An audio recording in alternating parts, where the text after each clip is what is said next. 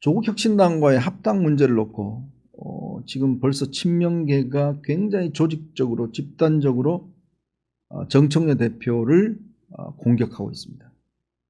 처음에 저는 이거 할 때 뭐 대통령하고 이야기 됐나? 라고 좀 처음에는 생각을 했어요. 근데 점점 되어가는 모양이 보니까 대통령과는 상의가 제대로 안 된 것 같습니다. 자, 그러니까 지금 이현주 지금 수석 최고위원이 선봉에 서서 뭐 반란, 뭐 하늘 아래 두 개의 태양이 없다, 뭐 등등 이렇게 지금 정청래 대표를 직격하고 있습니다. 과연 이걸 정청래 대표가 견뎌낼까요?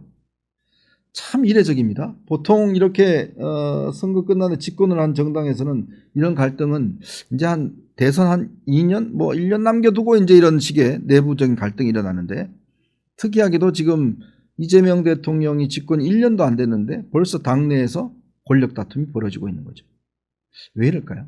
왜냐하면 저는 첫 번째 원인으로 이재명 대통령이 사실상 이 민주당이라고 하는 이 정당의 적통이 아니기 때문에 그래요. 적통이 아니기 때문에. 왜? 민주당은 내부적으로 보면 운동권 세력을 대표하는 정당입니다.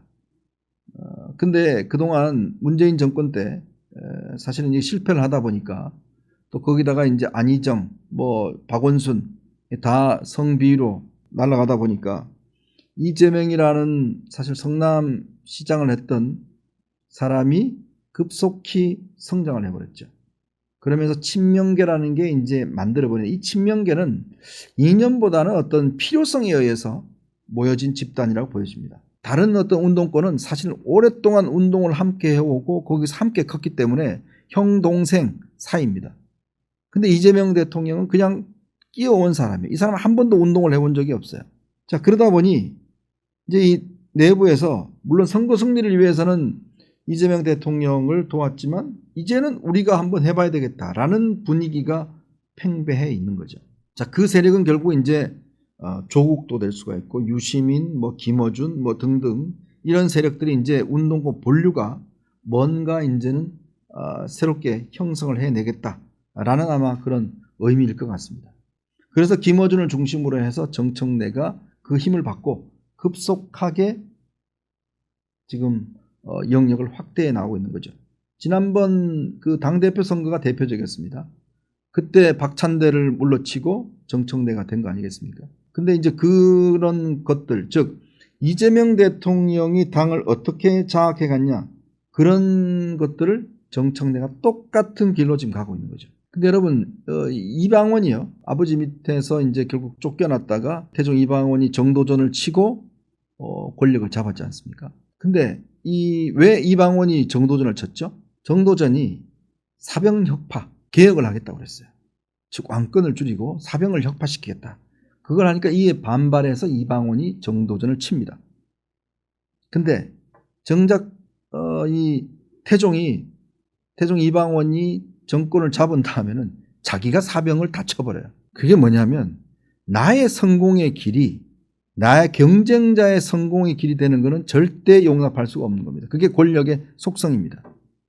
내가 당원 주권주의로 당원 좀 만들고 당원 주권주의로 권력을 잡았다고 해서 정청래 네가 왜 똑같은 길로 가? 이거는 권력자가 용서를 못하는 거죠. 왜?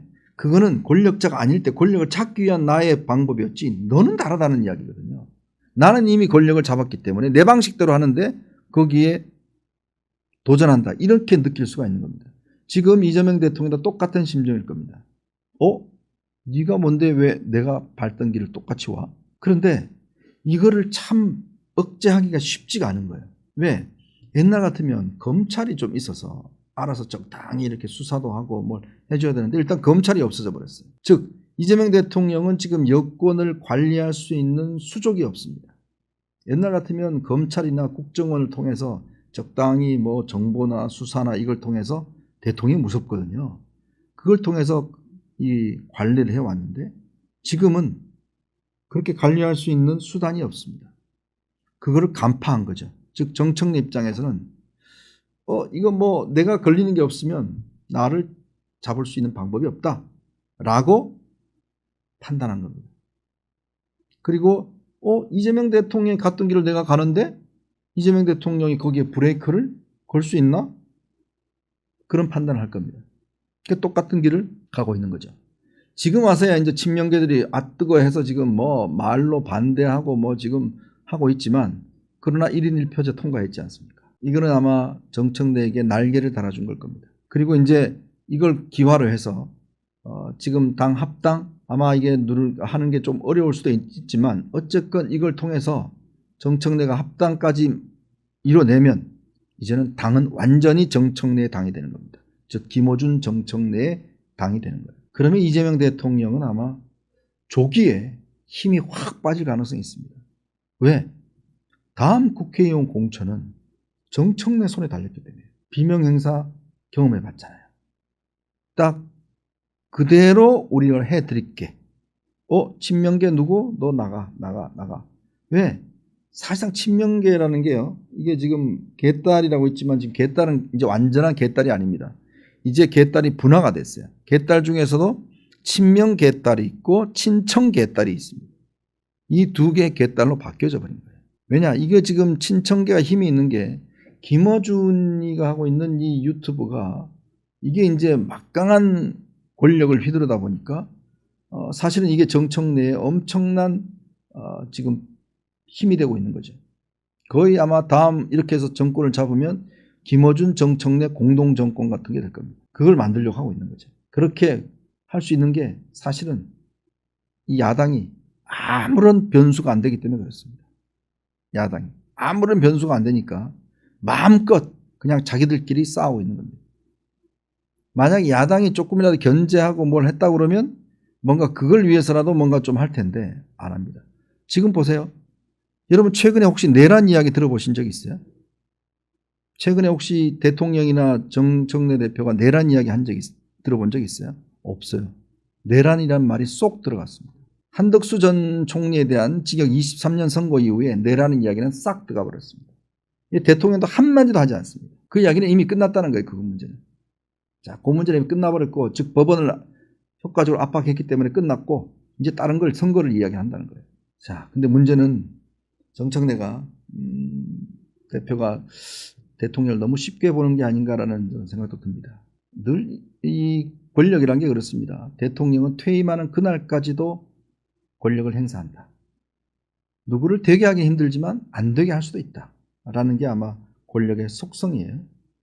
근데 그걸 지금 정청래 대표가 질주하고 있는데, 과연 여기서 이재명 대통령이 브레이크를 잡을지 아니면 어쩔 수 없이 용인할지 이 갈림길에 서 있는 것 같습니다.